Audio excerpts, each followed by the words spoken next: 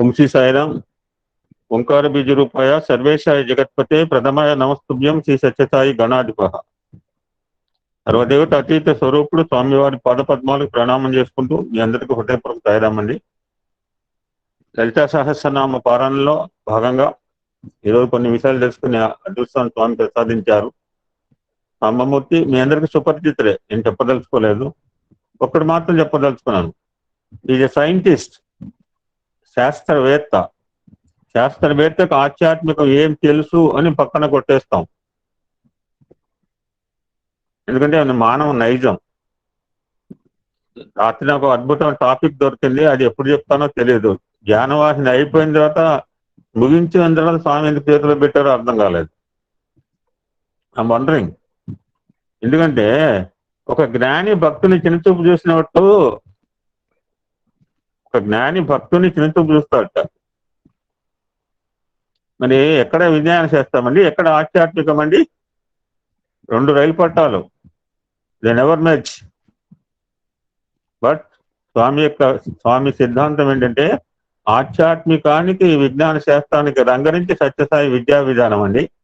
The basic principles of Sathya Sai education is ఆధ్యాత్మికము, విజ్ఞాన శాస్త్రం both are inter related, co related, two birds of the wing.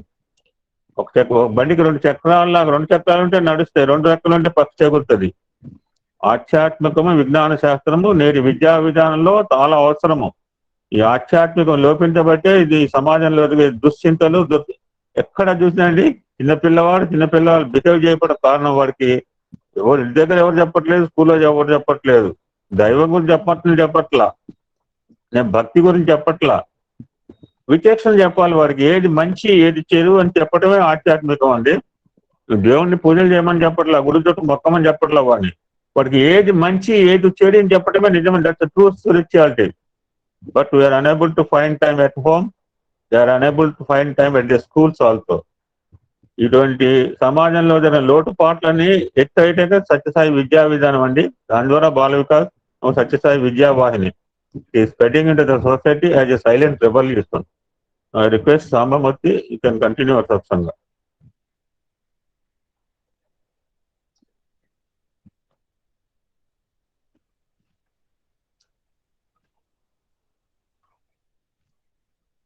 ఓం శ్రీ సాయిరాం. సాయిరాం వినిపిస్తుందా? Resound వస్తుందా?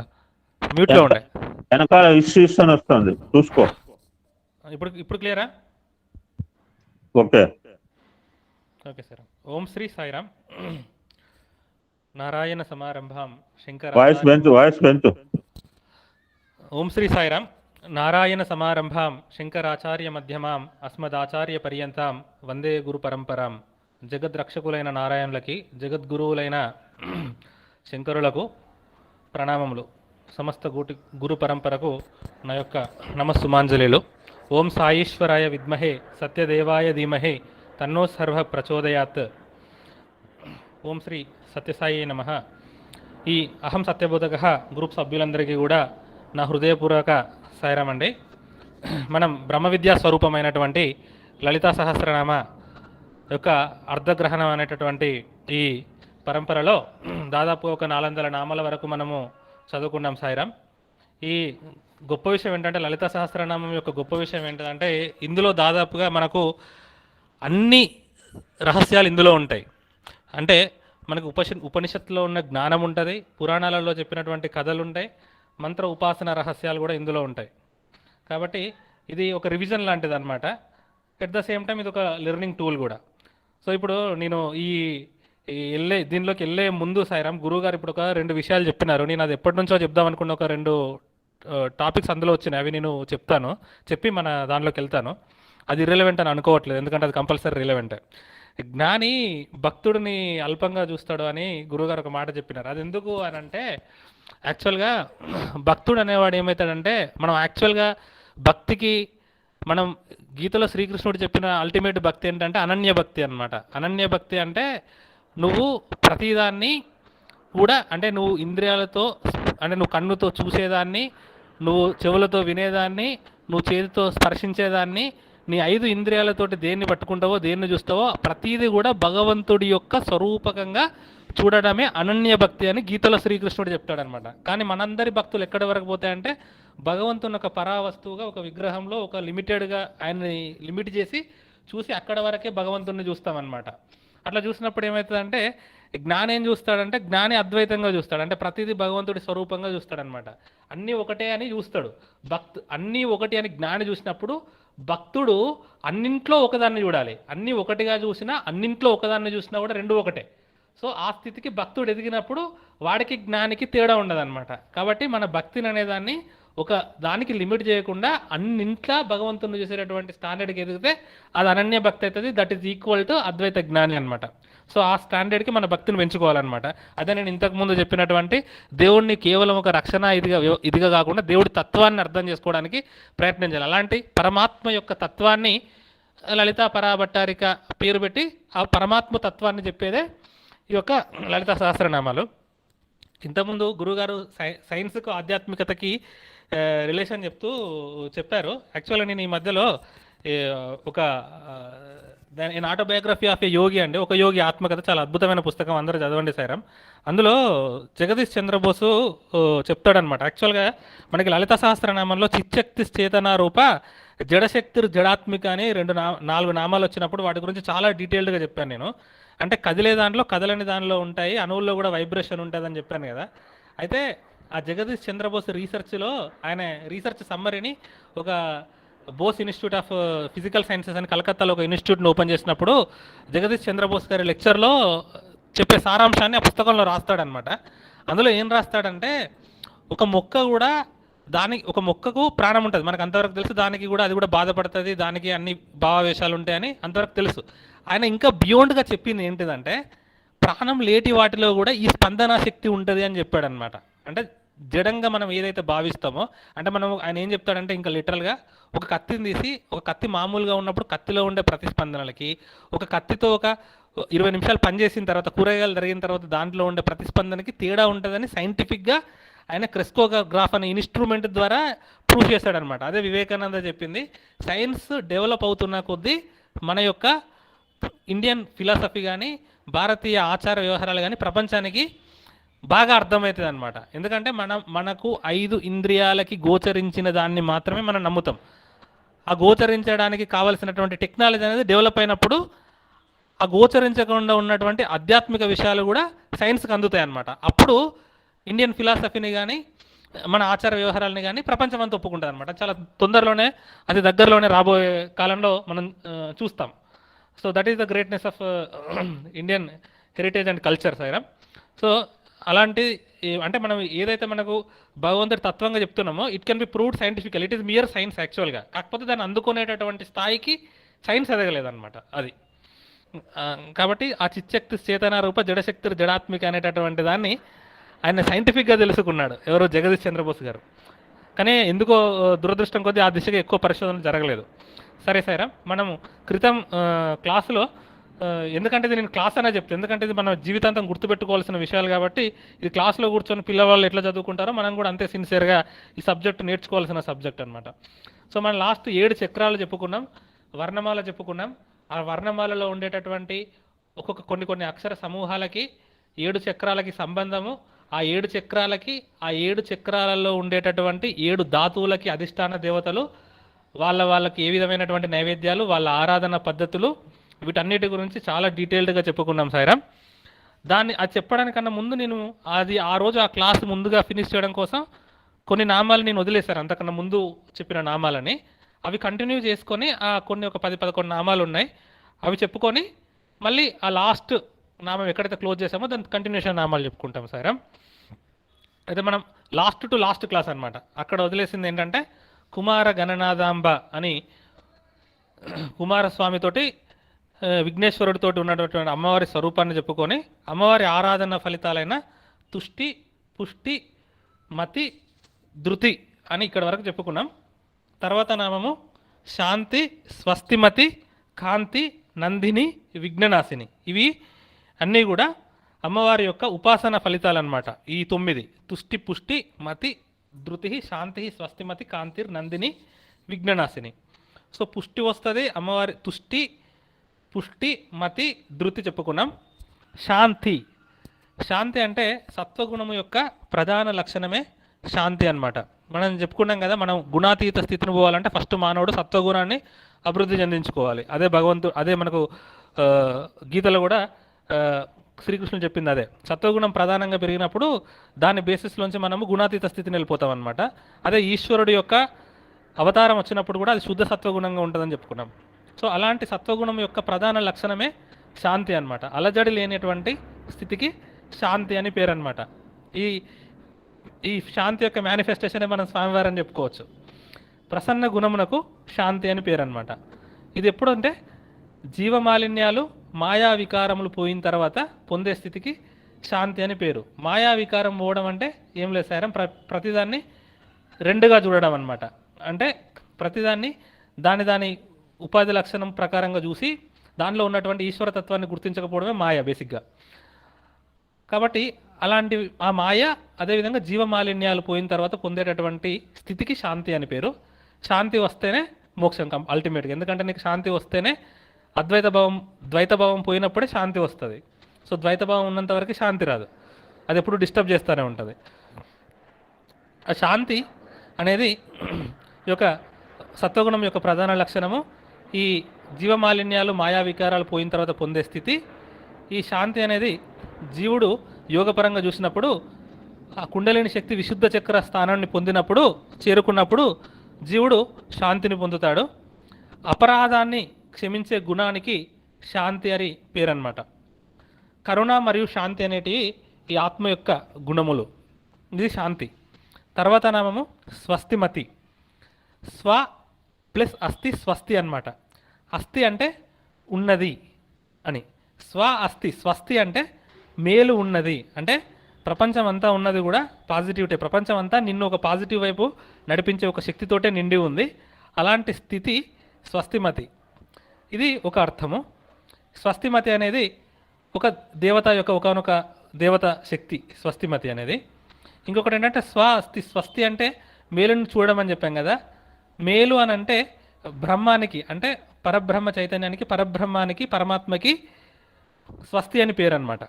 So అలాంటి పరబ్రహ్మని కోరుకోవడమే స్వస్తి అన్నమాట.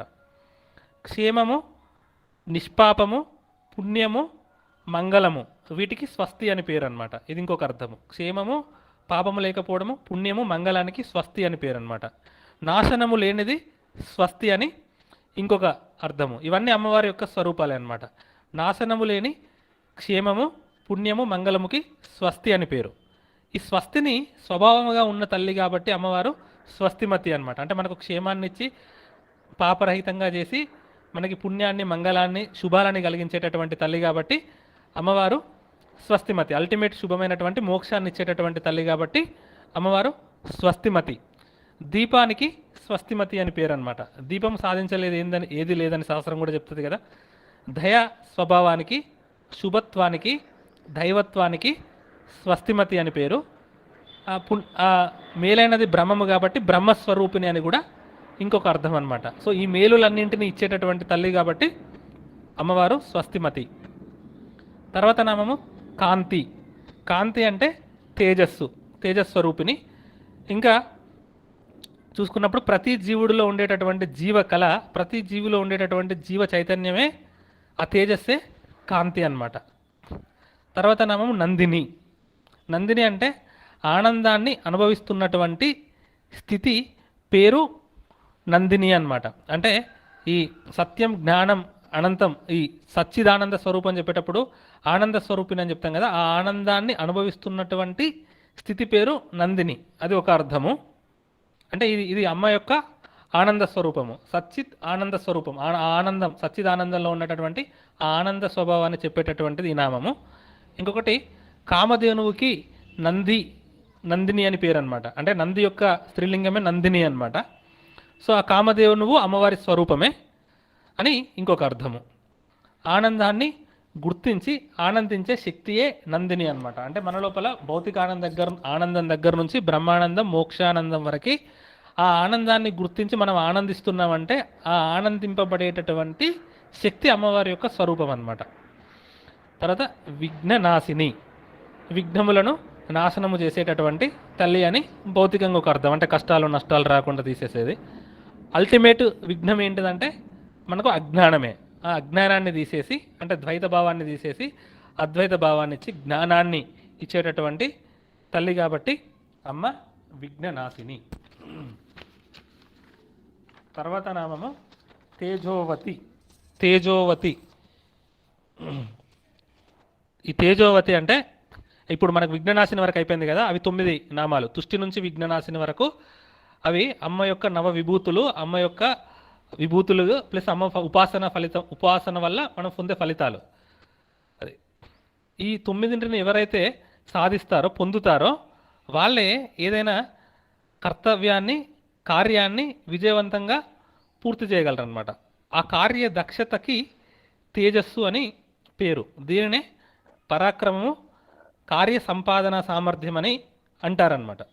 ఆ మనల్ని అంటే ఇవి ఉంటే మనం ఏంటంటే ఏదైనా ఒక కార్యాన్ని పరిపూర్ణంగా చేయగలం అనమాట. మన లోపల మనం ఒక భగవత్ కార్యాన్ని పరిపూర్ణంగా చేయాలంటే దానికి బేసిక్గా మనకు వచ్చేటివి ఏంటంటే అసుర శక్తులు అనమాట.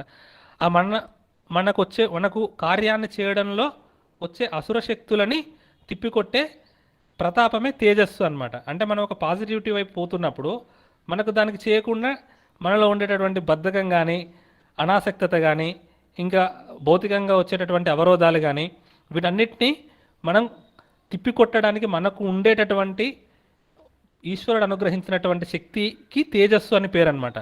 ఈ తేజస్సు అమ్మ యొక్క స్వరూపం కాబట్టి అమ్మ తేజోవతి అని ఇంకొక నామం అనమాట. అంటే మనం ఒక పాజిటివిటీ వైపు, మనం ఒక దైవ కార్యం వైపు, ఒక సత్సంకల్పం వైపు పనిచేస్తున్నప్పుడు మనకు వచ్చేటటువంటి అవరోధాలని మళ్ళీ మన యొక్క సంకల్ప బలంతో, ఆ పరమాత్మ అనుగ్రహంతో పోగొట్టుకోవాలి. ఆ పరమాత్మ అనుగ్రహంతో మనం దాని మీద ఫైట్ చేయడానికి మనకు ఉండేటటువంటి తేజస్సుని ఇచ్చేటటువంటి శక్తి కాబట్టి అమ్మవారు తేజోవతి.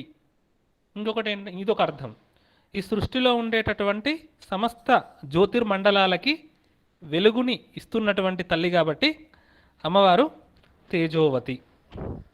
ఇంకా మనం ఇంతకుముందు చెప్పుకున్న లలితా సహస్రనామంలో 365 శ్లోక పాదాలు ఉంటాయని, ఇవి అహోరాత్రులు అమ్మవారి నుంచి ప్రసురిస్తాయి. ఈ కిరణాలని తేజస్సులు అని పేరు అనమాట. అంటే అమ్మవారి నుంచి వెలువడ్డటువంటి ఈ 365 శ్లోక పాదములు అమ్మవారి యొక్క జ్ఞాన స్వరూపాలు. ఈ జ్ఞాన స్వరూపానికి తేజస్సులు అని పేరు అనమాట. సో ఈ తేజస్సులు అమ్మవారి నుంచి ప్రసరిస్తున్నాయి కాబట్టి ఇది అమ్మవారు తేజోవతి. ఆ వసిన్యాది వాగ్దేవతలు, లలిత సహస్రనామాన్ని చెప్పినటువంటి వసిన్యాది వాగ్దేవతల యొక్క తేజస్సు, అమ్మ నుండి వచ్చిన తేజస్సు ద్వారానే వాళ్ళు ఈ 365 కిరణాలు, జ్ఞాన కిరణాలు ప్రసరింపజేస్తున్నారు కాబట్టి ఈ తేజస్సులు అమ్మ నుంచి ప్రసరిస్తున్నాయి కాబట్టి అమ్మ తేజోవతి. త్రినయన. త్రినయన అంటే 3 కన్నులు కలిగినటువంటి తల్లి. అమ్మవారికి ఎప్పుడు కూడా 3 కన్నుల తల్లి అండి. ఈ 3 కన్నులు మనకు స్పష్టంగా చూడాలని అంటే కలకత్తాలో ఉండేటటువంటి కాళీ అమ్మవారిని చూసినప్పుడు స్పష్టంగా కనిపిస్తాయి. మూడు మనకు ఫిజికల్గా విగ్రహాన్ని చూసినప్పుడు 3 కన్నులతో ప్రత్యక్షంగా దర్శనమిచ్చే క్షేత్రము కాళీ క్షేత్రము కలకత్తాలో. ఇది భౌతికంగా చూసినప్పుడు 3 కన్నుల తల్లి. అయితే కన్ను అంటే నయనం అనేది ఏంటంటే జ్ఞానానికి సంకేతం అన్నమాట. అంటే దేని వలన మనం విషయాన్ని గ్రహిస్తున్నామో దానికి నేత్రము అని పేరు అనమాట. ఇది ఒక అర్థం. అంటే మనకు ఉండేటటువంటి పంచ ఇంద్రియ స్వరూపిణి అని కూడా చెప్పుకోవచ్చు. అంటే దాని యొక్క శక్తికి కారణమైంది. అంటే మనం ఇంతకుముందు చెప్పుకున్నాం కదా, కన్నుకు చూపునిచ్చిన తల్లి, వాక్కుకి శక్తినిచ్చిన తల్లి అని. అట్లా సో మనం గ్రహించగలిగే విషయాల్ని గ్రహించడానికి కారణభూతమైనటువంటి శక్తి నయనం, ఆ శక్తి స్వరూపమైనటువంటి తల్లి. ఇంకా శరీరానికి మనస్సు అంటే అది చంద్రశక్తికి సంకేతం, వాక్కు మాట అనేది అగ్నిశక్తికి సంకేతం, కన్ను అనేది సూర్యశక్తికి సంకేతం అన్నమాట. ఇవన్నీ కూడా మనకు అమ్మ నుంచి వచ్చినటువంటి శక్తులే అన్నమాట. ఈ శక్తులన్నీ అమ్మకు నేత్రములు అన్నమాట. అమ్మవారికి సూర్యచంద్రులు నేత్రములని అమ్మవారి యొక్క భౌతికార్థాన్ని చెప్పుకున్నప్పుడు అమ్మవారి రూపవర్ణనలు కూడా చెప్పుకున్నాం మనం. సో ఈ 3 శక్తులు అమ్మవారి స్వరూపాలు. ఈ 3 శక్తులు అమ్మవారి శక్తులు అందరి లోపల ఉన్నాయి కాబట్టి మనకు మనస్సు కానీ, వాక్కు కానీ, ఈ నయన శక్తి అంటే ఈ ఇంద్రియ శక్తి కానీ పనిచేస్తుంది అనమాట. ఇది ఒక అర్థము. ఈ వీటి ద్వారానే అమ్మ సృష్టిలో ఉన్నటువంటి అందరి యొక్క త్రికరణములను నడుపుతూ ఉన్నదన్నమాట. ఏ త్రికరణముల నుండి ఈ త్రికరణముల నుంచి వచ్చేటటువంటి శక్తియే త్రినయన అనమాట. అంటే మనస్సు, అంటే మనం అనుకోవడము, అది చెప్పడము, క్రియాశక్తి అనమాట. ఆ త్రికరణములు కూడా అమ్మవారి యొక్క శక్తి స్వరూపమే అనమాట. ఈ త్రికరణములకు శక్తినిచ్చేటటువంటి తల్లి కాబట్టి అమ్మ త్రినయన. సో మనలో, మనస్సులో, మాటలో, మన శరీరంలో తేజస్సుగా ఉండి, శక్తి రూపిణిగా ఉండి, మన మనస్సులో ఉండేటటువంటి ఆలోచనలకి, మనం మాట్లాడే మాటలకి, మనం చేసేటటువంటి క్రియలకి కారణ రూపమైనటువంటి తల్లి కాబట్టి అమ్మ త్రినయన. లోలాక్షి, ఈ అక్షి శబ్దం చాలా ఇంపార్టెంట్ అండి. అమ్మవారే చూపుల తల్లి. మీనాక్షి, కామాక్షి. అందుకే అమ్మవారి ధ్యాన శ్లోకంలో కూడా అరుణాం కరుణాతరంగితాక్షి, విశాలాక్షి. అమ్మ చూపుల తల్లి, చూపులతోటే అన్ని ఇవ్వగలిగినటువంటి తల్లి. అయితే ఈ లోలాక్షి, లోల అంటే ఆసక్తి అని ఒక అర్థము, చలనము అని ఒక అర్థము. అమ్మ కన్నులు కదులుతున్నాయంట. అంటే ఈ కదలిక అనేది గమనశీలమైనటువంటి తేజశక్తికి ఒక సూచిక అన్నమాట. సో ఆ గమనశీలమైన తేజోమయమైనటువంటి నేత్రములు కలిగినటువంటి అమ్మ లోలాక్షి. ఈ అమ్మ కన్నులు కదలడం వల్లనే సూర్యచంద్రుల గమనం కలిగి మనకు ఈ సూర్యుడు చంద్రుడు వల్లనే మన ఈ జగత్ అంతా కూడా పోషింపబడుతుంటుంది. ఈ సూర్యచంద్రుల అమ్మ ఆ గమన శక్తిని, అంటే ఆ సూర్యచంద్రుల యొక్క గమన శక్తి అనేది ఈ నామం తెలుపుతుంది అనమాట. లోలాక్షి అంటే ఆ కదులుతున్నటువంటి శక్తి, ఈ సూర్యచంద్రుల గమన శక్తి అనేది ఒక అర్థము. అలాగే లోల అంటే ఆసక్తి అని చెప్పినా కదా, అంటే పరమేశ్వరుడు పైన లోలత అంటే ఆసక్తి కలిగినటువంటి నేత్రములు కలగల తల్లి కాబట్టి అమ్మ లోలాక్షి. ఇంకా అమ్మవారికి ఈశ్వరుడి పట్ల ఉండే భావము ప్రేమ. అదే ప్రేమ భక్తుల మీద ఉన్నప్పుడు అది వాత్సల్యం అని చెప్పబడుతుంది. ఆ అమ్మ భక్తుల పట్ల వాత్సల్యపూరితమైనటువంటి లోలతతో చూస్తూ ఉంటుంది కాబట్టి అమ్మవారు లోలాక్షి. నేను మొదటి నుంచి చెప్తూ ఉన్నా సార్, అమ్మవారి నెపం ఇక్కడ పేరు మాత్రమే అమ్మవారు, చెప్పేదంతా కూడా పరమాత్మ లక్షణములు అన్నమాట. ఇవన్నీ కూడా ఇది లోలాక్షి అంటే గమనశీలమైనటువంటి తేజోవంతమైనటువంటి నేత్రములు కలిగినది. ఈ సూర్యచంద్రుల గమనశక్తి ఒకటి, అయ్యవారి మీద మాత్రమే ప్రేమ కలిగినటువంటి తల్లి, భక్తుల పట్ల వాత్సల్యంతో చూస్తూ ఉన్నటువంటి తల్లి లోలాక్షి. కామరూపిణి. కామ అంటే కోరుకోబడేది, కోరుకోదగినది అని అర్థం. అంటే ఆనందం. అందరం మనం అల్టిమేట్గా కోరుకునేది ఏంటంటే ఆనందమే. దేనివల్ల మనకు ప్రాబ్లం రాకూడదు, మనకు దుఃఖం అనేది ఉండకూడదు, మనం ఆనంద స్థితిని మాత్రమే కోరుకుంటాం.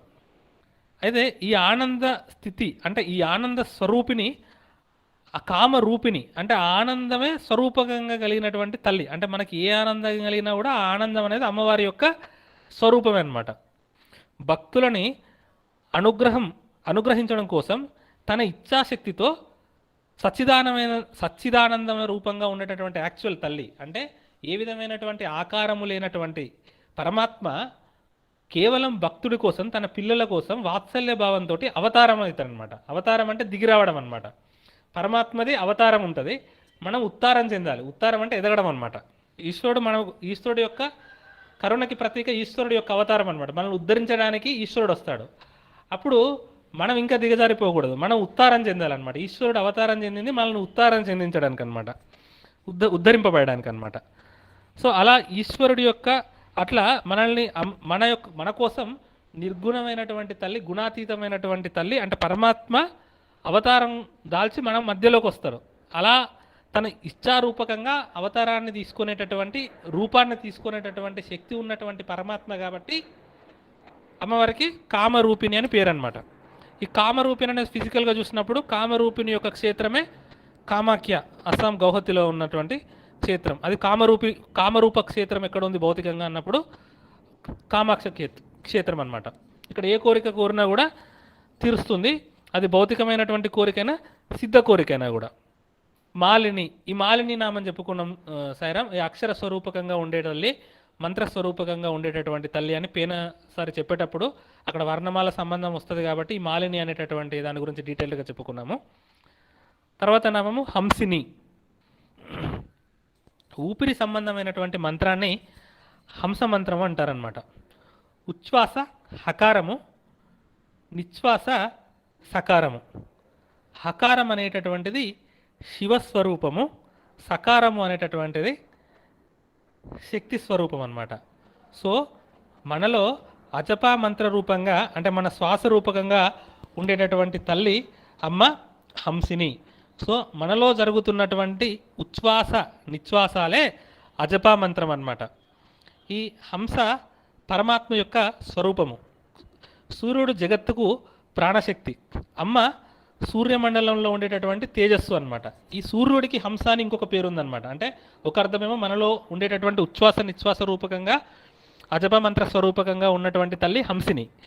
ఈ సూర్యుడికి హంస అనేటటువంటి ఒక పేరు ఉందన్నమాట. అంటే సూర్యుడి శక్తికి, సూర్యుడిలో ఉన్నటువంటి శక్తికి మూలమైనటువంటి తల్లి, అది ఒక అర్థం. ఈ సూర్యుడికి హంస అన్నప్పుడు హంసిని అనేది హంస శబ్దం యొక్క స్త్రీలింగ శబ్దమే హంసిని అన్నమాట.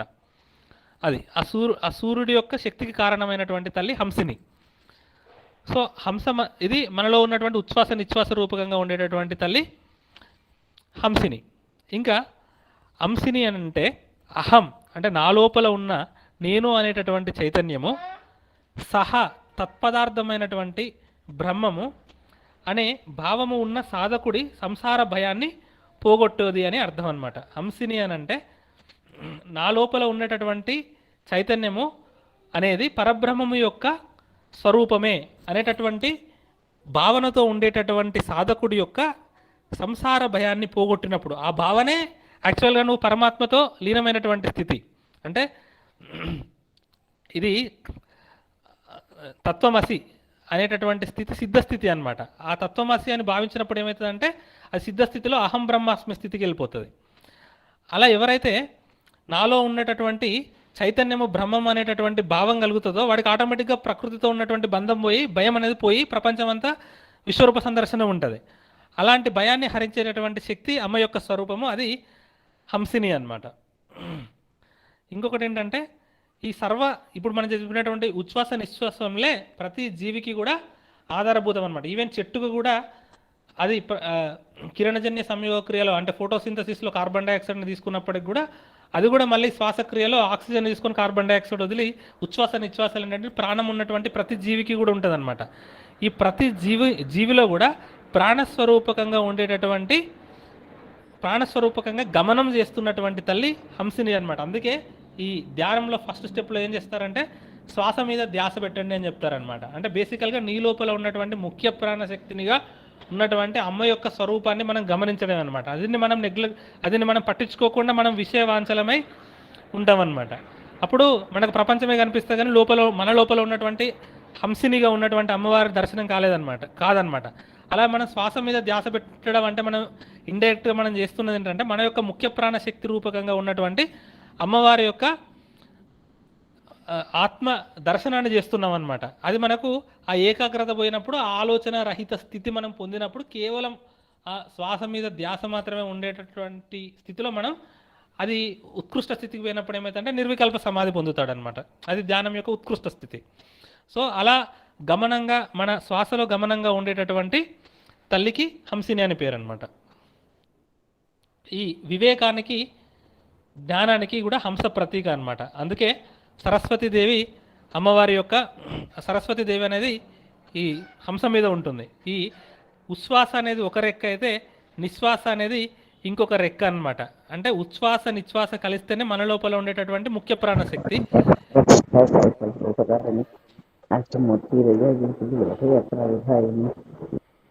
హలో సార్, ఏమైనా ప్రాబ్లమా సైరం? వరకు ప్రాబ్లం వచ్చి ఏం చెప్తాం, నువ్వు చెప్పు. వినిపిస్తలే సైరం? వినపడతాను, చెప్పు. ఓకే, మధ్యలో ఏదో చిన్న ఎవరో మాట్లాడితే అందుకే అడిగాను సార్. ఉంటారు కదా రకరకాల వాళ్ళు. Okay sir. సో ఈ హంస అనేది ఒక రెక్క నిశ్వాస అయితే ఇంకొక రెక్క ఉచ్ఛ్వాసంగా ఉండి మన లోపల ముఖ్య ప్రాణశక్తిగా హంసధారి అయి సంచరించేటటువంటి అమ్మ యొక్క శక్తి స్వరూపమే హంసిని అన్నమాట. ఈ ముఖ్య ప్రాణశక్తి అందు సంచరించే శబ్దశక్తియే హంసవాహనంగా కలిగినటువంటి సరస్వతీదేవి అనమాట. అందుకే సరస్వతీదేవికి హంసవాహనం అనమాట. సో ఆ హంసవాహనంగా ముఖ్య ప్రాణశక్తిగా తిరిగేటటువంటి శక్తి యాక్చువల్గా సరస్వతీదేవి స్వరూపం అనమాట ఒక రకంగా. సో అందుకే సరస్వతీదేవికి హంస వాహనం. ఇది హంసిని. మనలో ఉండేటటువంటి ముఖ్య ప్రాణశక్తి, ప్రతి జీవికి ఉచ్ఛ్వాస నిశ్వాసంగా ఉండేటటువంటి శక్తి. ఎవరైతే పరమాత్మయే నా స్వరూపాన్ని నేను అనేటటువంటి భావనతో ఉన్నటువంటి సాధకుడి యొక్క సంసార భయాన్ని పోగొట్టేటటువంటి శక్తి, మన లోపల ముఖ్య ప్రాణశక్తిగా సరస్వతీదేవి రూపిణిగా జ్ఞానస్వరూపిణిగా ఉన్నటువంటి తల్లి హంసిని.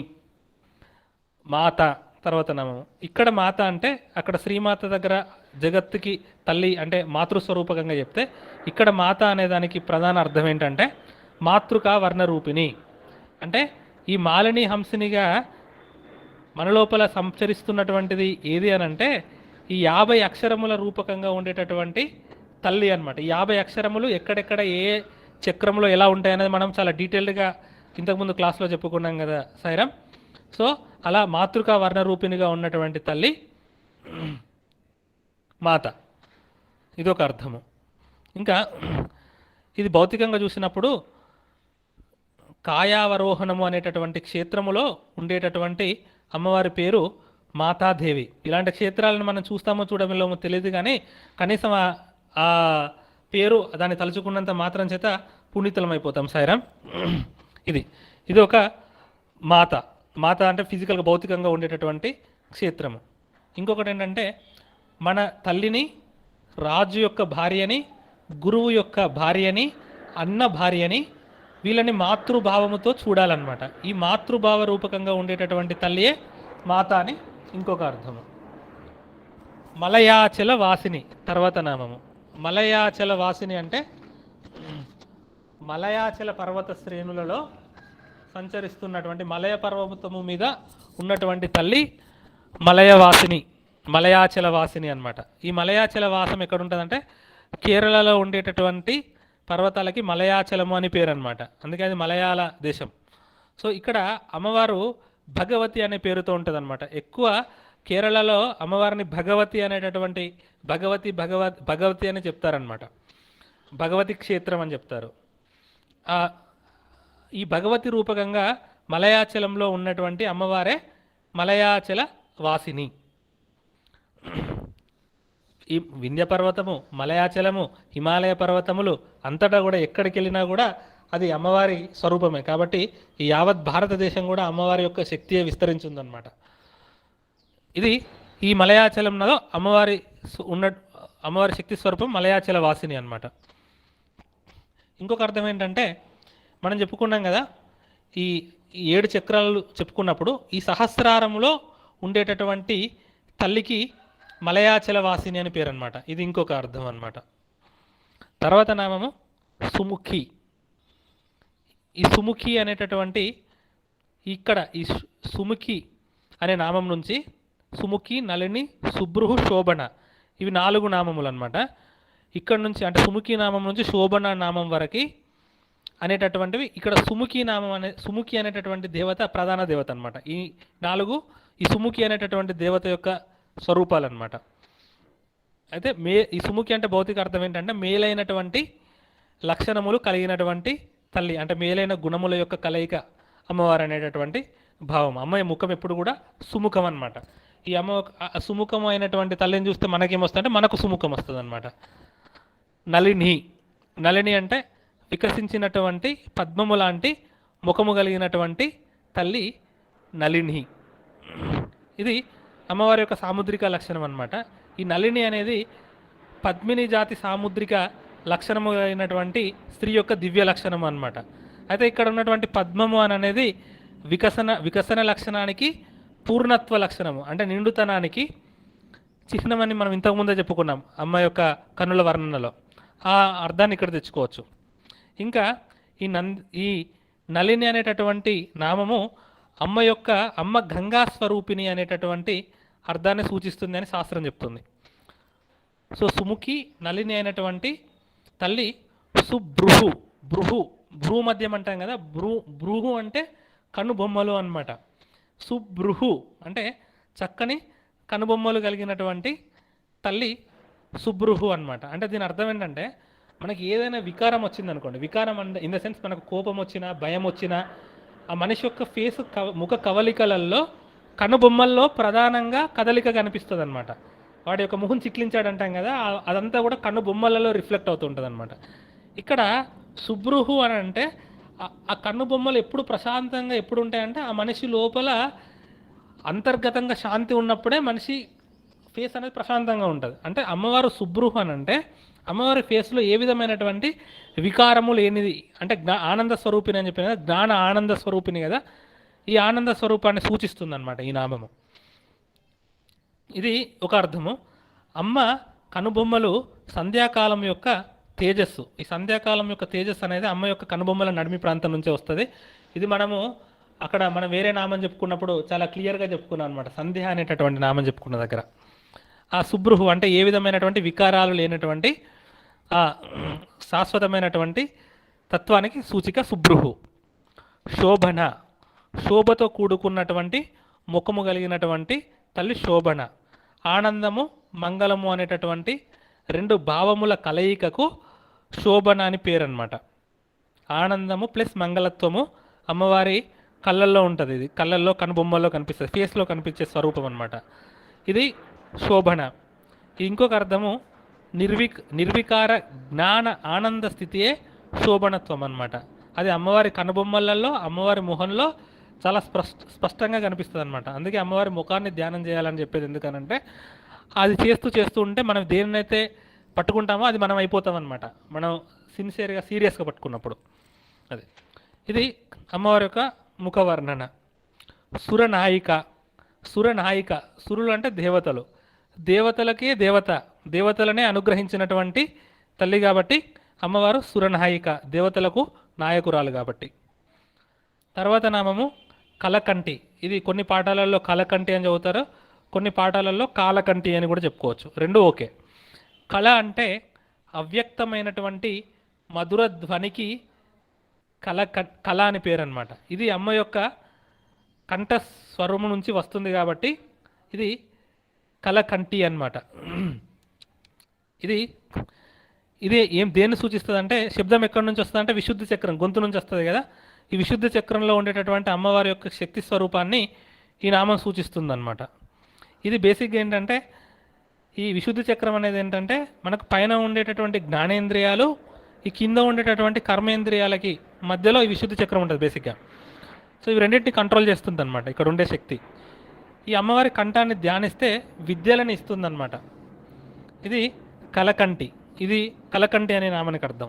అదే కాలకంటి అనే అర్థాన్ని తీసుకున్నప్పుడు కాలకంటి అంటే నల్లని కంఠము కలిగినటువంటి తల్లి అనమాట.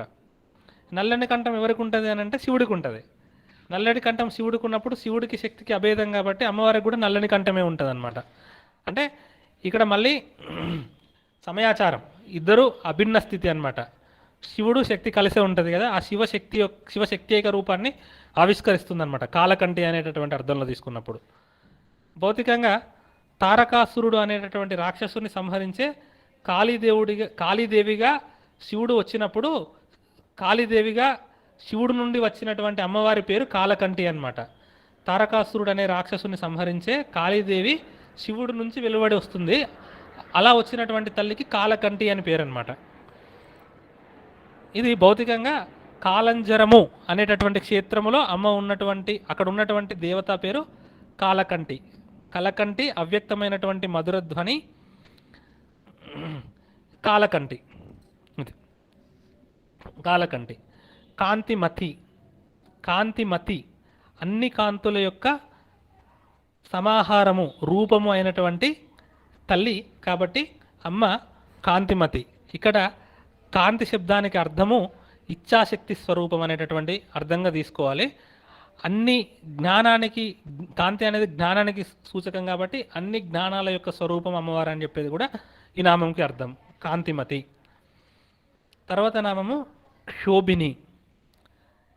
క్షోభిని అని అంటే యాక్చువల్గా ఏంటంటే ఫస్ట్ మనం ఈ సృష్టి యొక్క క్రమాన్ని క్షోభిని అంటే క్షోభించేదని కాదండి, మనం లోకంలో మాట్లాడుకునే ఆ క్షోభ కదా అర్థం. ఇక్కడ క్షోభిని అంటే పరమాత్మ ఫస్ట్ ప్రపంచంలో సృష్టి జరగకముందు ఏకరూపకంగా నిర్గుణ రూపకంగా ఏ విధమైనటువంటి రూపం లేకుండా పరమాత్మ ఉన్నప్పుడు ఆ పరమాత్మలో సృష్టి చేయాలి అనేటటువంటి సంకల్పం ఏర్పడ్డప్పుడు పరమాత్మ సంకల్ప శక్తిలోనే ఇచ్ఛాశక్తిలోనే జ్ఞానశక్తి క్రియాశక్తి కలిసి ఉంటాయని ఒకసారి మనం చెప్పుకున్నాం. అట్లా సంకల్పం కలిగినంత మాత్రం చేత ప్రకృతి అనేది ఏర్పడుతుంది అనమాట, ప్రకృతిలో పరిణామం కలుగుతుంది అనమాట.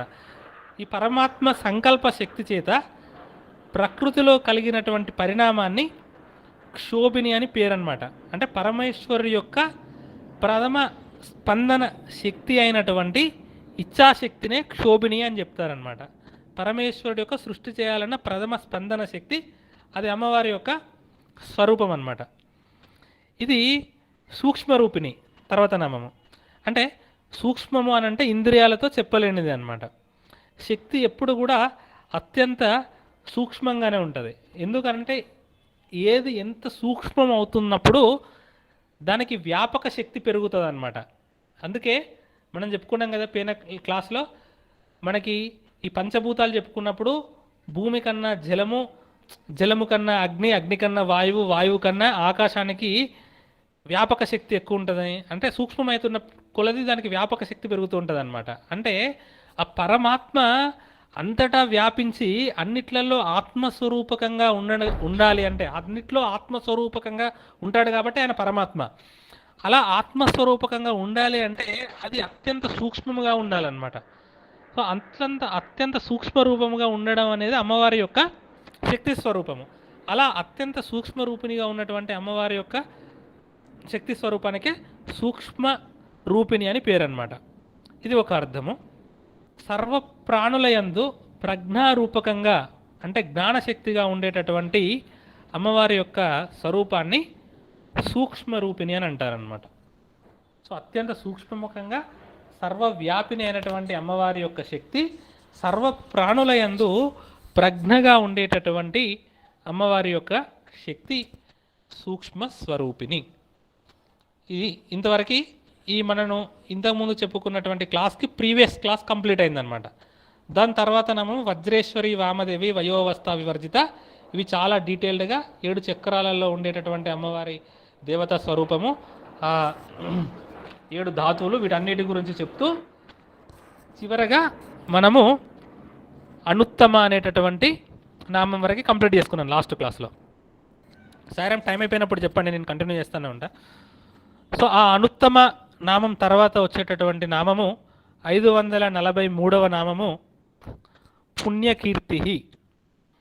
పుణ్యకీర్తి పుణ్యలభ్య పుణ్యశ్రవణ కీర్తన పులోమదార్చిత బంధమోచని బంధురాలక విమర్శ రూపిణి విద్య వియదాది జగత్ప్రసూ.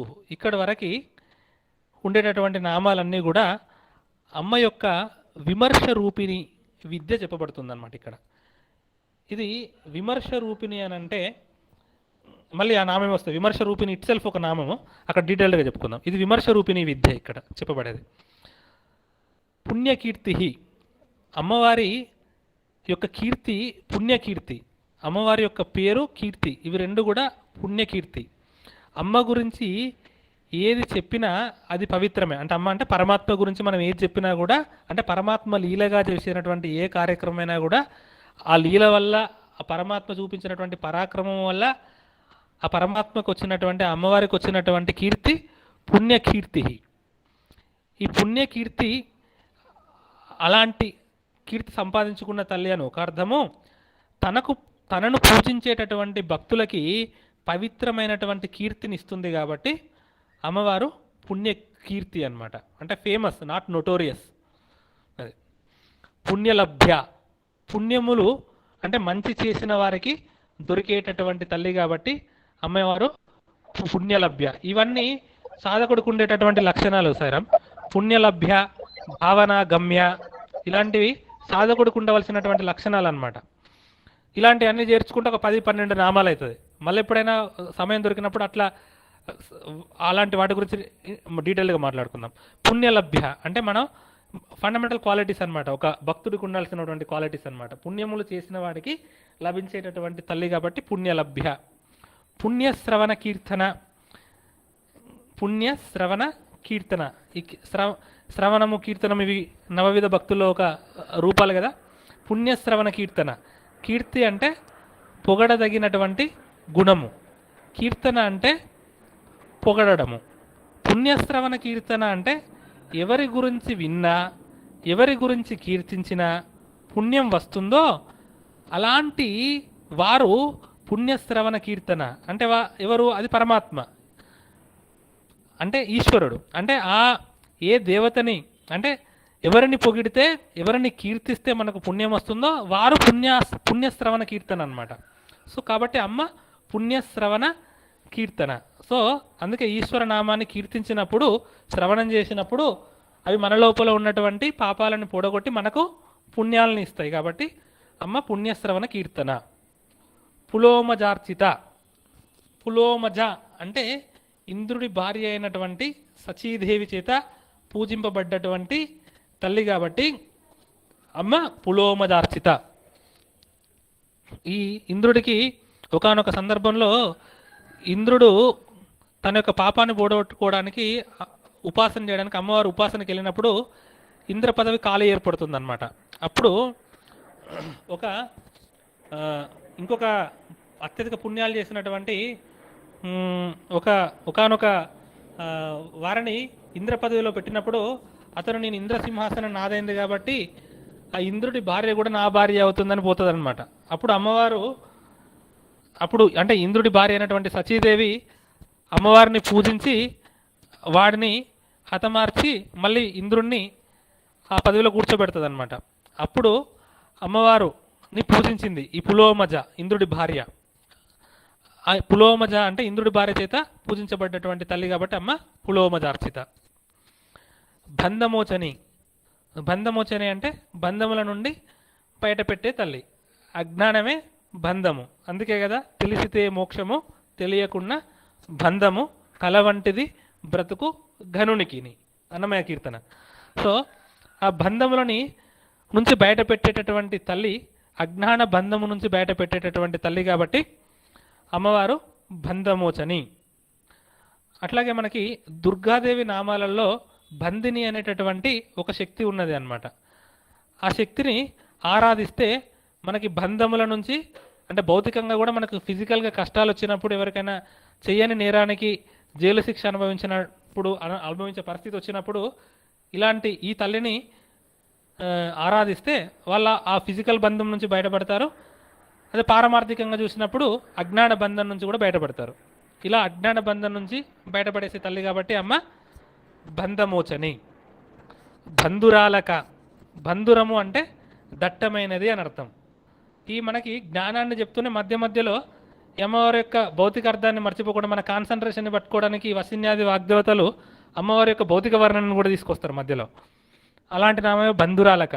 బంధురము అంటే దట్టమైనది, దట్టమైనటువంటి కేశ సంపద కలిగినటువంటి తల్లి కాబట్టి అమ్మవారు బంధురాలక. అమ్మవారి యొక్క కేశములలో యముని శక్తి ఉంటుందని మనం ఫస్ట్ అమ్మవారి రూపవర్ణనలో చెప్పుకున్నాం కదా. అమ్మవారి కేశాలను ఆరాధిస్తే వాళ్ళకి మృత్యు భయం పోతుందన్నమాట.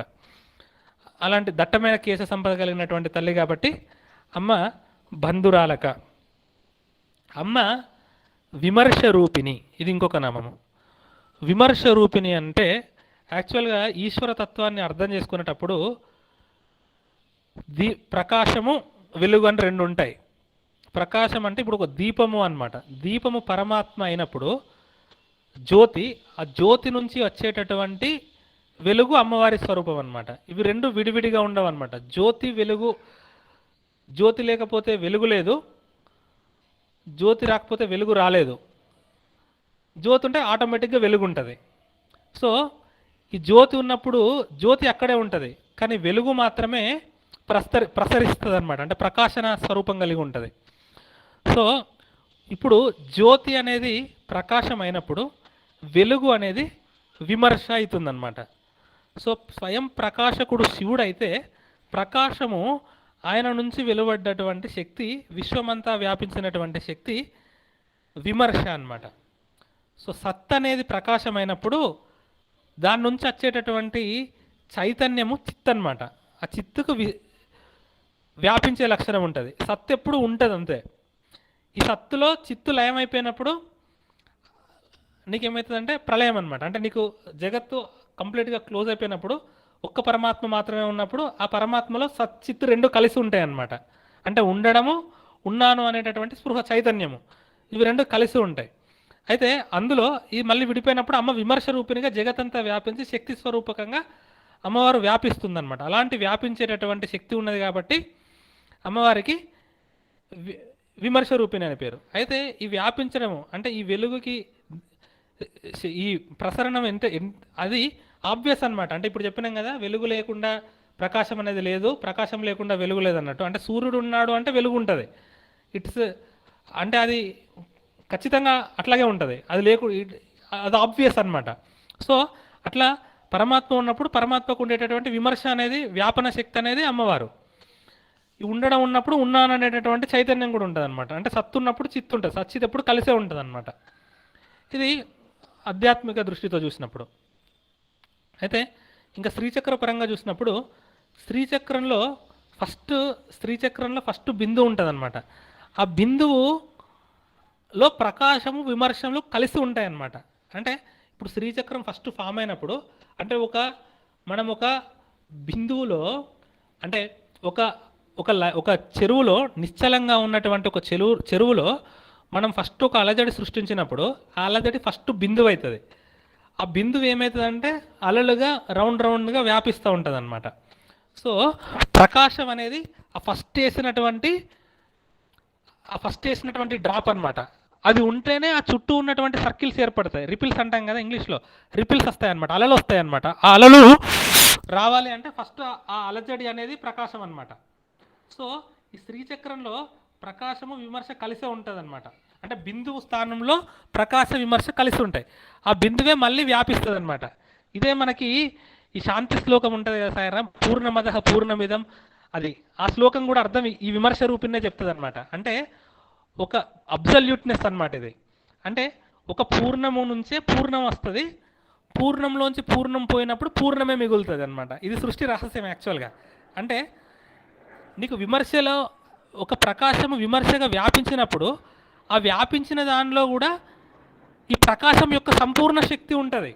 అంటే మనం పరమాత్మ నుంచి మనం వచ్చినప్పుడు ఆ పరమాత్మ పూర్ణుడిలోంచి పూర్ణమే వస్తుంది. పూర్ణుడిలోంచి పూర్ణం రావడం అంటే అర్థం ఏంటంటే పూర్ణుడిలోంచి పూర్ణం రాలేదనుకో, కొంచెం వచ్చిందనుకో, అప్పుడు పరమాత్మకి పరిమితి అయిపోతుంది. అంటే ఇది చాలా సీరియస్ కాన్సెప్ట్ సార్. అంటే పరమాత్మ అనేది ఇన్ఫినిటీ అనమాట. ఇన్ఫినిటీకి పూర్ణం అని పేరు. ఇన్ఫినిటీలోంచి అంటే పూర్ణంలోంచి పూర్ణమే రావాలి. రాకుండా కొంచెం వచ్చిందనుకో, అప్పుడు కొంచెం వచ్చిందంటే అది ఒక 1000 అయితే దాంట్లోకి వెళ్ళి ఒకటి వచ్చినప్పుడు ఆ 1000 999 అయిపోతుంది అనమాట. కానీ పరమాత్మ ఎప్పుడు అట్లా కాదు, 1000 నుంచి మళ్ళీ 1000 వస్తుంది అనమాట. అప్పుడు మళ్ళీ 1000 మిగులుతుంది అనమాట. అది ఈశ్వర సృష్టి అట్లుంటుంది అనమాట. సో అదే పూర్ణమదః పూర్ణమిదం ఆ శ్లోకం అర్థం. సో ఇక్కడ పరమాత్మ విస్తరించినప్పుడు అంటే ప్రకాశము విమర్శగా వ్యాపించినప్పుడు ఆ విమర్శలో కూడా ఈ పరమాత్మ యొక్క పూర్ణ శక్తి ఉంటుంది. అందుకే ప్రకృతిలో పరమాత్మని ఎందుకు దర్శించాలన్నప్పుడు ఈ ప్రకృతిలో పరమాత్మ యొక్క సంపూర్ణ శక్తి ఉంటుంది. దీన్ని పట్టుకొని ఈ కనిపించేదాన్ని పట్టుకొని కనిపించని పరమాత్మని పట్టుకోవాలి. అది.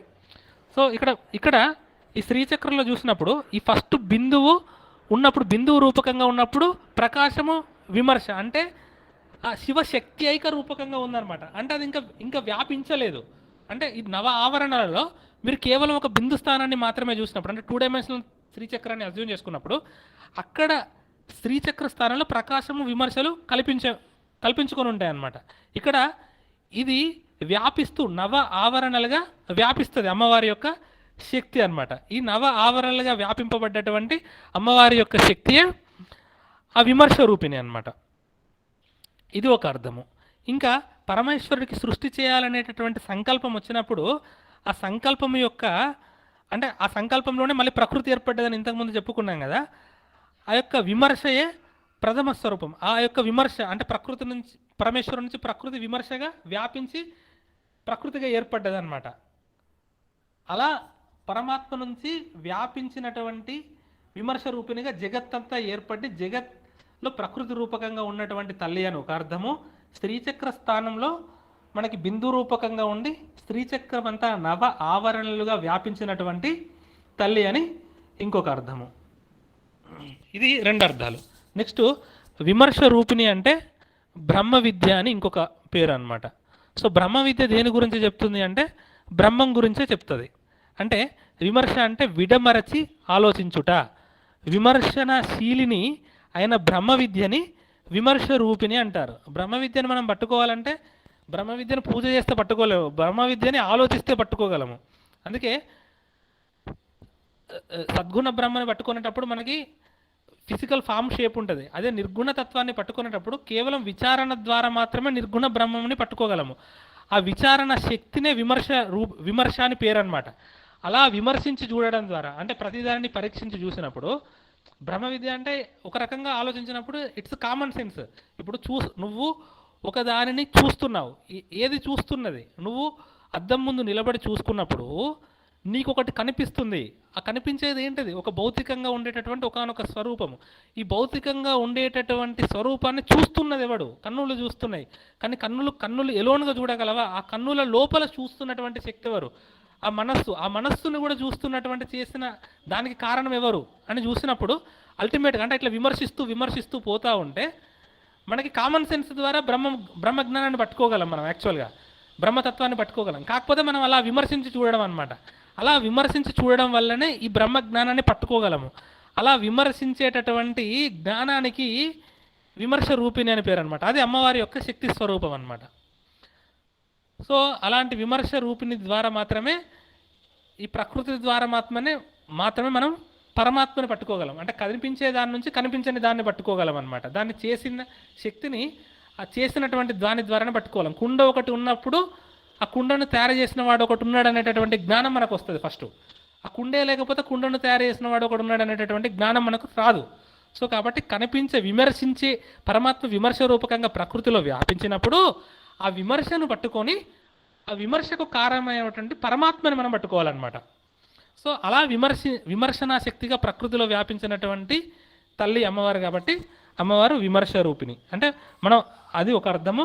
మనం తెలుసుకొని, అంటే విమర్శిస్తూ పోతూ, అంటే ఆలోచిస్తూ పోతూ దానికి ఏంటి వై అని మనము తార్కికంగా ఆలోచిస్తూ పోయేటటువంటి శక్తి ద్వారా అమ్మవారిని తెలుసుకోగలం, బ్రహ్మంని తెలుసుకోగలం. కాబట్టి అలాంటి శక్తికి విమర్శ అని పేరు. కాబట్టి అలాంటి శక్తి స్వరూపిణి అమ్మవారు. కాబట్టి అమ్మవారు విమర్శ రూపిణి.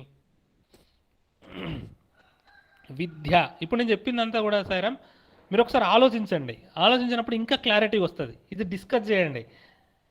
మనం ఒక దైవ కథలు డిస్కస్ చేయడం ఎంత అవసరమో అలాగే మన ఆత్మతత్వాన్ని, మనలో ఉన్నటువంటి చైతన్యానికి కారణం ఎవరు, అసలు ఇదంతా ఎట్లా జరుగుతుందని మనం అది నీలో ఉన్నటువంటి జ్ఞానాన్ని నువ్వు సాక్షిగా చూసుకున్నప్పుడే అసలు నువ్వు అనేది ఏంటి అనేది అర్థమవుతుంది. ఆ నువ్వు అనేది, అందుకే రమణ మహర్షి నువ్వు తెలుసుకో అని చెప్పేది. స్వామివారు నువ్వు ఆత్మస్వరూపుడి, నువ్వు భగవంతుడివి అని చెప్పేది ఇదే కారణం అనమాట. సో అలాంటి విమర్శ రూపిణైనటువంటి తల్లి అమ్మ. కాబట్టి అమ్మ విమర్శ రూపిణి. విద్య ప్రతి విద్య కూడా అమ్మవారి యొక్క స్వరూపమే. ఏ విద్య ఉండడం వల్ల నువ్వు తెలుసుకోగలుగుతున్నావో, ఏ జ్ఞానం ద్వారా నువ్వు ప్రతిదాన్ని తెలుసుకోగలుగుతున్నావో ఆ జ్ఞానానికి విద్య అని పేరు. ఇది ఒక అర్థము.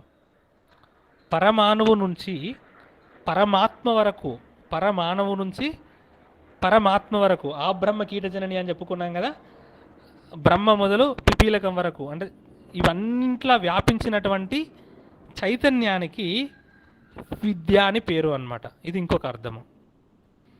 ఈ విద్య ఇంతకుముందు చెప్పుకున్నాం, అందరిలో ప్రజ్ఞారూపకంగా ఉండేటటువంటి తల్లికి విద్య అని పేరు ఇంకొక అర్థంలో. ఇంకొకటి ఏంటంటే విద్య అంటే బ్రహ్మ విద్య అని, బ్రహ్మ విద్యకే విద్య అని పేరు అనమాట. అంటే పరబ్రహ్మము గురించి తెలియజేసేటటువంటి విద్య కాబట్టి అది బ్రహ్మ విద్య. ఆ బ్రహ్మ విద్యకే విద్య అని పేరు. ఇంకొకటి స్త్రీ విద్యకి కూడా విద్య అని పేరు. ఈ స్త్రీ విద్య అమ్మ యొక్క స్వరూపమే కాబట్టి స్త్రీ విద్యయే విద్య. అంటే విద్య అంటే నువ్వు ఏ శక్తి ద్వారా జ్ఞానాన్ని, ఏ శక్తి నీకు జ్ఞానానికి కారణమైందో అది విద్య. పరబ్రహ్మముని తెలియజేసే బ్రహ్మ విద్యయే విద్య. పరమాణువు నుండి పరమాత్మ వరకు వ్యాపించినటువంటి చైతన్య శక్తియే విద్య. స్త్రీ విద్యా స్వరూపకంగా ఉన్నటువంటి తల్లి విద్య. ఇది విద్య అనేటటువంటి నామానికి అర్థము. వియదాది జగత్ప్రసూహు. వియదాది జగత్ప్రసూహు అంటే వియత్ అంటే ఆకాశము.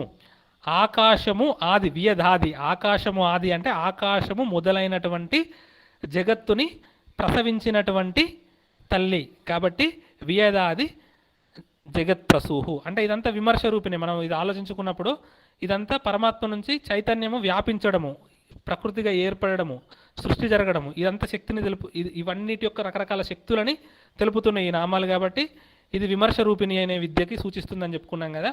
ఎక్కడి నుంచి?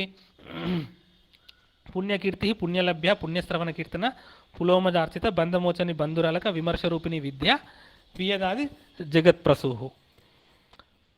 సో ఆకాశము మొదలైనటువంటి పంచభూతములని జగత్తుని ప్రసవించినటువంటి తల్లి, పంచభూతముల యొక్క కలయిక జగత్తు, ఆ జగత్తుని ప్రసవించినటువంటి తల్లి కాబట్టి అమ్మ వియదాది జగత్ ప్రసూహు. సర్వ వ్యాధి ప్రసమని సర్వ మృత్యు నివారిణి. ఈ విమర్శ రూపిణైనటువంటి తల్లిని ఆరాధిస్తే, ఉపాసన చేస్తే మనకు వచ్చేటటువంటి ఫలితమే ఇవి రెండు అన్నమాట. సర్వ వ్యాధి ప్రసమని సర్వ మృత్యు నివారిణి. సర్వవ్యాధి ప్రశమని, శమనము అంటే తొలగించడము అని అర్థము, ప్రశమనము అంటే సంపూర్ణముగా తొలగించడము అని అర్థం అన్నమాట. అంటే అన్ని రకాలైనటువంటి వ్యాధులని సంపూర్ణంగా నాశనం చేసేటటువంటి తల్లి అమ్మవారు కాబట్టి అమ్మవారు సర్వవ్యాధి ప్రశమని. ఇది భౌతిక అర్థము. అన్నింటికన్నా పెద్ద వ్యాధి ఏంటంటే భవరోగం, సంసారం అనేదే పెద్ద రోగము. సంసారం అంటే ఇల్లు వాకిలి కాదు సైరం, జన్మ పరంపర. సంసారముని అనే ఒక పెద్ద రోగాన్ని అమ్మవారు పోగొడుతుంది కాబట్టి అమ్మవారు సర్వవ్యాధి ప్రశమని. సర్వ మృత్యు నివారిణి. ఇవి రెండు నామాలు సైరం మనకి ఫిజికల్గా భౌతికంగా మనకి సమస్యలు ఉన్నప్పుడు కూడా ఇప్పుడు సర్వవ్యాధి ప్రశమని సర్వమృత్యు నివారిణి నామాలని సంపుటితం చేసుకొని జపం చేసుకోవచ్చు. అంటే శ్రీమాత్రే నమః సర్వవ్యాధి ప్రశమని సర్వమృత్యు నివారిణి శ్రీమాత్రే నమః ఇట్లా ఒక 108 సార్లు 1000 సార్లు సంకల్పం చెప్పుకొని జపం చేసుకున్నప్పుడు అమ్మవారు ఈ వ్యాధుల్ని మనకి వ్యాధుల నుంచి మనకు ఉపశమనం కలిగిస్తుంది అనమాట. సర్వ మృత్యు నివారిణి. యాక్చువల్గా మృత్యు నివారిణి అనొచ్చు కదా, సర్వ మృత్యు నివారిణి అని ఎందుకన్నారని అంటే మృత్యువులు రకరకాలు. భౌతికంగా చూసినప్పుడు అకాల మృత్యువు కాల మృత్యువు అని 2 రకాలు అనమాట. మృత్యువు అంటే సహజంగా ప్రతి జీవి కూడా పుట్టిన ప్రతి జీవి మరణించక తప్పదన్నట్టు అసహజంగా వచ్చేటటువంటి మృత్యువు కాల మృత్యువు అనమాట. సో కాలంలో అన్నీ కలిసిపోవాల్సిందే కదా. అకాల మృత్యువు అంటే అపమృత్యువు అనమాట. ఈ అపమృత్యువు, అకాల మృత్యువు, కాల మృత్యువు. అకాల మృత్యువు అంటే మనకు అనుకోకుండా వచ్చేటటువంటి మృత్యువు అనమాట. ఈ కాల మృత్యువు అంటే నువ్వు మరణిస్తావు కరెక్టే, కానీ నువ్వు మళ్ళీ పుట్టినటువంటి స్థితి అమృతత్వ స్థితిని పొందడమే అమృతమయుడి కావడం అనమాట. అది అమ్మవారిస్తుంది. అంటే మళ్ళీ జన్మ లేకుండా ఉండడమే మృత్యు నివారిణి, అసలైన మృత్యు నివారిణి అదనమాట. సో కాబట్టి అకాల మృత్యువుని ఎట్ ద సేమ్ టైం ఈ శాశ్వత మృత్యువుని తొలగించేటటువంటి తల్లి కాబట్టి అమ్మ సర్వ మృత్యు నివారిణి. ఇంకొకటి ఏంటంటే ఈ మృత్యువు అంటే ఏంటంటే నువ్వు కాలము గడుస్తుందంటే మృత్యు అంటే ఇంకొక రకంగా ఆలోచించినప్పుడు సరే చివరలో వచ్చేది మృత్యువు కాదు, ప్రతి క్షణము వచ్చేది మృత్యువే అనమాట. అంటే కాలంలో కలిసిపోయినప్పుడు ఏమైతా ఉందంటే అంటే నీ యొక్క ఆయుష్ అనేది కలిసిపోతూ ఉంది, కాలస్వరూపంలో అయిపోతూ ఉంది. అంటే ప్రతి క్షణము మృత్యువు నిన్ను మింగుతూ ఉందన్నమాట. అది అందుకే ఆ ఆ కాలస్వరూపిణి అయినటువంటి కాళీదేవి ఆ నాలికను ఎందుకు బయటకు తెరిచి ఉంటుందంటే అన్నింటిని తనలోకి తీసుకుంటూ ఉంటుంది అనమాట. దానికి ఫిజికల్ ఫామ్గా, దానికి సింబాలిజంగా అమ్మవారు ఆ స్వరూపకంగా ఉంటుంది అనమాట. కాలస్వరూపిణి, కాలం అన్నింటిని తనలోకి తీసుకుంటూ ఉంటుంది కాబట్టి కాలస్వరూపిణిగా ఉంటుంది కాబట్టి అమ్మవారు కాళీ అనమాట. సో ఈ కాలం గడిచిన కొద్ది మన లోపల ఉన్నటువంటి శక్తి అనేది పోతూ ఉంటుంది అనమాట. ఇది కూడా ఒక రకమైనటువంటి మృత్యువే అనమాట. ఇంద్రియ పటుత్వము కోల్పోవడం కూడా మృత్యువే. ఇంకొకటి ఏంటంటే ఏమరపాటుగా ఉండడం కూడా ఒక మృత్యువే. ఏమరపాటుగా ఉండడం అంటే తన యొక్క ఆత్మస్థితిని తెలుసుకోకుండా ఇంద్రియాలతో ప్రకృతితో తాదాత్మ్య స్థితిలో ఉండడము, తనతో తాను తాదాత్మ్య స్థితిలో ఉండకుండా ఉండడం కూడా మృత్యువే. అజ్ఞానము కూడా మృత్యువే. సో సర్వమృత్యు నివారణ అంటే ఇప్పుడు చెప్పినటువంటి ఏమరపాటు తనని అంటే మన యొక్క సత్స్వరూపాన్ని తెలియజేసి మన లోపల ఉన్నటువంటి అజ్ఞానాన్ని పోగొట్టి ఈ అకాల మృత్యువుని కాలమృత్యువుని అన్నింటినీ తీసి పరిపూర్ణ అమృతతుల్యుడిగా చేసేటటువంటి మళ్ళీ పుట్టకుండా ఉండేటటువంటి మోక్షాన్ని కూడా ఇచ్చేటటువంటి తల్లి కాబట్టి అమ్మవారు సర్వ మృత్యు నివారిణి. అగ్రగణ్య. అగ్ర అంటే మొట్టమొదట, గణ్య అంటే లెక్కించదగినది. మొట్టమొదట లెక్కించదగినది అంటే ది ఫస్ట్ అన్నమాట. అంటే స్టార్టింగ్, అంటే జగత్తుకి మూల కారణము అనేటటువంటి తల్లి అమ్మవారు అనేటటువంటి అర్థము ఇది ఇందులో ఉంది. ఇదే అర్థాన్ని మనకి ఇంచుమించుగా జగతీ కంద అనే ఒక నామంలో చెప్పుకున్నాం. జగత్తుకంతా కూడా కంద అంటే వేరు లాంటిది అమ్మవారు అని. అన్నింటికి మూలమైనటువంటి తల్లి, సృష్టికి పూర్వం అంటే అన్ని ఏకంగా ఉన్నటువంటి తల్లి కాబట్టి అమ్మవారు అగ్రగణ్య, ముందు లెక్కించదగినది, మూల కారణమైనటువంటి తల్లి అన్నమాట. అదే మనకు మూల కారణం ఎవ్వడు అని వస్తుంది కదా ఈ గజేంద్ర మోక్షంలో, ఆ మూల కారణం అన్నమాట అమ్మవారు. అగ్రగణ్య. అచింత్య రూప. అచింత్య రూప అంటే సూక్ష్మరూపిణి అనేటటువంటి అర్థమే. దాదాపు అత్యంత సూక్ష్మము వ్యాపకము అయిన తల్లి అచింత్య రూప. ఇంకొక అర్థం ఏంటంటే చింతనతో, అంటే ఇలా ఉంటుంది అని చెప్పలేము అలాంటి తల్లి అచింత్య రూప అన్నమాట. సర్వవ్యాపకమైనటువంటి తల్లి ఇలా ఉంటుందని మనం లిమిట్గా చెప్పలేము అనమాట. అంటే చింతకు అందని తల్లి అని. కాబట్టి అమ్మవారు అచింత్య రూప, సూక్ష్మంగా వ్యాపకమైనటువంటి తల్లి, చింతనతో ఇలా ఉంటుంది అని అంచనా వేసి చెప్పలేని తల్లి కాబట్టి అమ్మ అచింత్య రూప. కలి కల్మషనాశిని. కలి కల్మషనాశిని అంటే కలి కల్మషమును పోగొట్టేటటువంటి తల్లి కలి కల్మషనాశిని. యాక్చువల్గా శాస్త్రపరంగా చూసినప్పుడు కలి అనేది ఒక దోషము. అంటే మన లోపల ధార్మిక బుద్ధి లుప్తమైపోతే ఆ దోషానికి కలి అని పేరు అన్నమాట.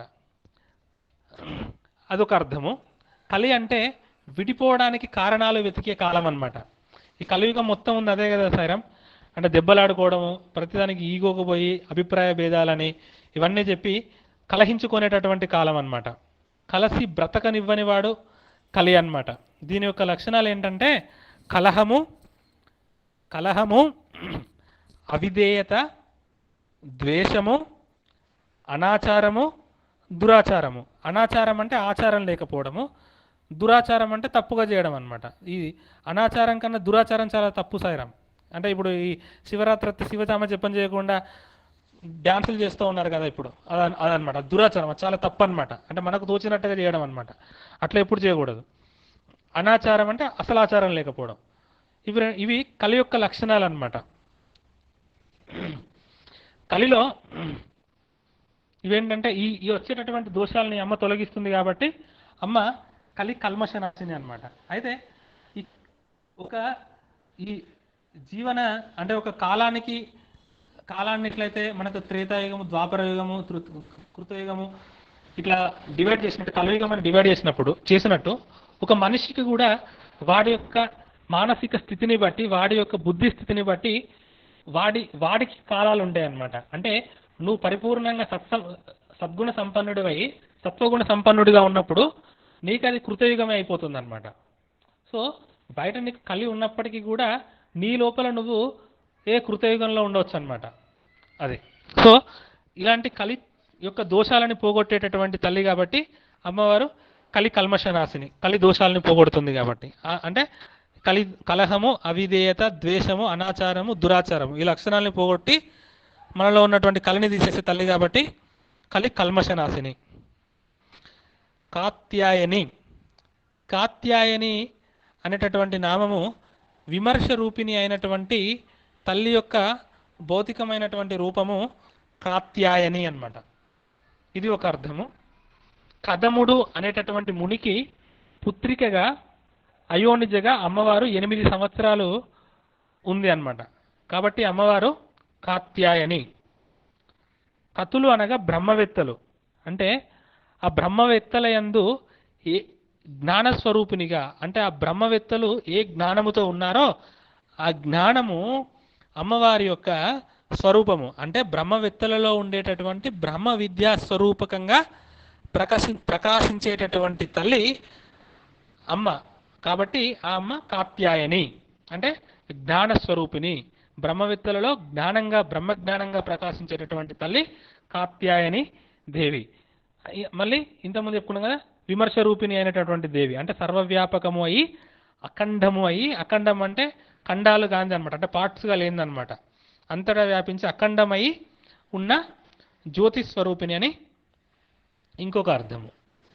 ఇంకా భ్రూ మధ్యమంలో ఆజ్ఞాచక్ర స్థానంలో ఉండేటటువంటి దేవతా శక్తికి కాత్యాయని అని పేరు. కాబట్టి ఇది ఒక అర్థము. బ్రహ్మమును ధరించున్నది అనగా వేదముకు ఆధార శక్తి కాత్యాయని. శిరస్సుని ధరించే శక్తి జ్ఞానేంద్రియాలకు ఆధారమైనటువంటి శక్తి, అంటే మన జ్ఞానేంద్రియాలకు ఆధారమైనటువంటి శక్తి మనకి సహస్రారంలో బ్రహ్మరంధ్ర స్థానంలో ఉంటుంది. ఆ బ్రహ్మరంధ్ర స్థానం నందు ఉండేటటువంటి తల్లి కూడా కాత్యాయని యొక్క స్వరూపమే. ఈ కాత్యాయనియే కాలస్వరూపిణి. ఈ కాలస్వరూపిణి కాబట్టి అమ్మవారు కాలహంత్రి కూడా. కాలస్వరూపాన్ని, కాలాన్ని ఎవడు అధిగమించగలడు, కాలాన్ని ఎవరు నాశనం చేయగలరు అని అంటే కాలానికి అధిపతి అయిన వాళ్ళు మాత్రమే, అంటే అమ్మయ్యే. కాత్యాయని యొక్క ఉపాసనా ఫలము కాలహంత్రి, కాలముని నశింపజేయేది చేసే తల్లి అని అర్థం అనమాట. అంటే అంటే కాలాతీతమైనది అనమాట, అంటే కాలాన్ని కూడా సాక్షిగా చూసేటటువంటి తల్లి అనమాట. అది ఒక అర్థము. ఇంకొకటి, మనకి ప్రతి వారి యొక్క భౌతికంగా చూసుకున్నప్పుడు టైం బాగాలేదండి అని చెప్తాం కదా, అంటే good time and bad time అని చెప్తూ ఉంటాం కదా జ్యోతిష్య శాస్త్రపరంగా చూసినప్పుడు. అలాంటి మన యొక్క దుష్కాలములని దాటించేటటువంటి శక్తి ఉన్నటువంటి తల్లి కాబట్టి అమ్మ కాలహంత్రి. సో కాలాతీత స్థితి అంటే మృత్యురహిత స్థితి కదా. సో కాలాన్ని దాటి, జన్మ మరణ చక్రాన్ని దాటిపోవడమే కాలాతీత స్థితి కదా. సో కాబట్టి మృత్యునాశిని అని ఇంకొక అర్థం అనమాట. సో మనకు కాలబద్ధులమైనప్పుడు, కాలబద్ధులం కావడం అంటే కాలంలో వచ్చేది అనమాట. అంటే ఒక టైంలో వస్తాము, ఒక టైంలో వచ్చింది ఏదైనా కూడా ఒక టైంలో పోతుంది. టైముకు అతీతంగా ఉండేది మనము కాలానికి అతీతులమే, దేశానికి అతీతులమే. అంటే ఒకే ప్రాంతంలో ఉండగలము, ఒకే కాలంలో ఉండగలము. మనం రెండు కాలాలలో ఇక్కడున్న వ్యక్తి అమెరికాలో ఉండలేడు కదా, ఇక్కడున్న వ్యక్తి రేపు ఇంకో కాలంలో ఉండలేడు కదా, గ్యారంటీ లేదు కదా, ఒకే టైంలో. సో ఇవి శక్తులు మనకుండవు, మనం వీటికి బద్ధులము. కానీ అమ్మ కాలహంత్రి, అంటే కాలానికి అతీతమైనటువంటి శక్తి, ప్లస్ ఈ సంసార దుఃఖాన్ని పోగొట్టి కాలాతీత స్థితిని భక్తుడికి కూడా అనుగ్రహించేటటువంటి తల్లి కాబట్టి అమ్మ కాలహంత్రి.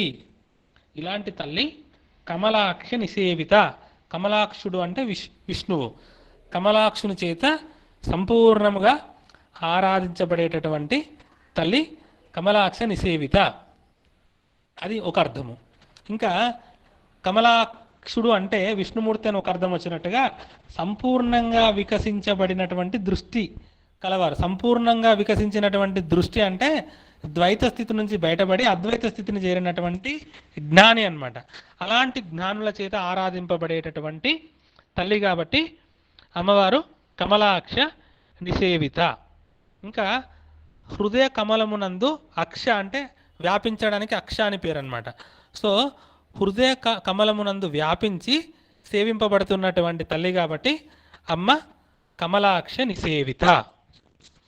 ఇలాంటి తల్లి తాంబూల పూరితముఖి.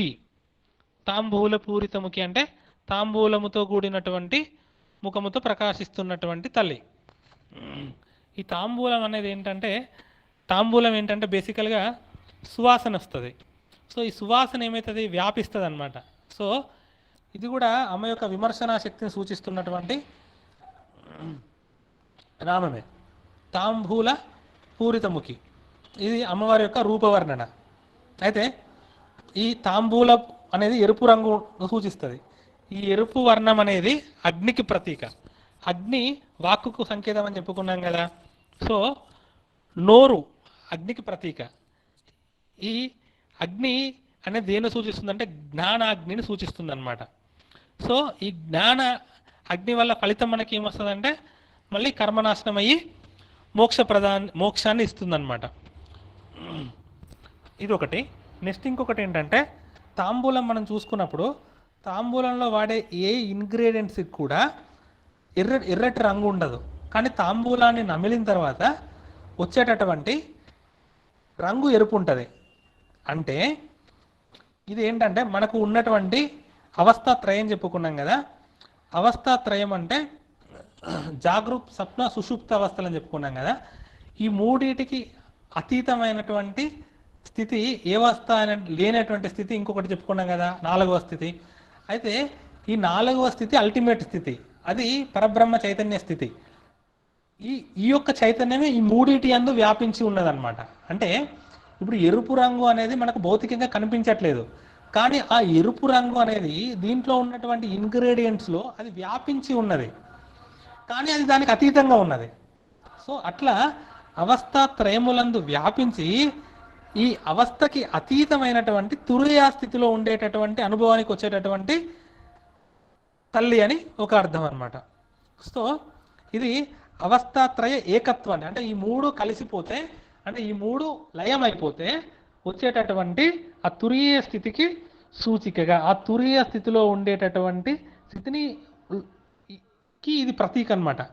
అలాంటి ముఖముతో ఉన్నటువంటి తల్లి తాంబూల పూరిత ముఖి, దాడిమి కుసుమ ప్రభ. దాడిమి కుసుమం అని అంటే సో చెప్పు, దాడిమి కుసుమ ప్రభ చెప్పు. దాడిమి కుసుమ ప్రభ, దాడిమి కుసుమ ప్రభ అంటే ఇది అమ్మవారి యొక్క రూపవర్ణన. దాడిమి కుసుమము అని అంటే దానిమ్మ పువ్వు. ఈ దానిమ్మ పువ్వు లాంటి కాంతి వర్ణముతో ఉన్నటువంటి తల్లి అమ్మవారు దాడిమి కుసుమ ప్రియ. ఇక్కడ వరకు 561వ నామము సైరం. ఓం శాంతి శాంతి శాంతి. సైరం బాబు శోభనము మంగళము అని చెప్పారా?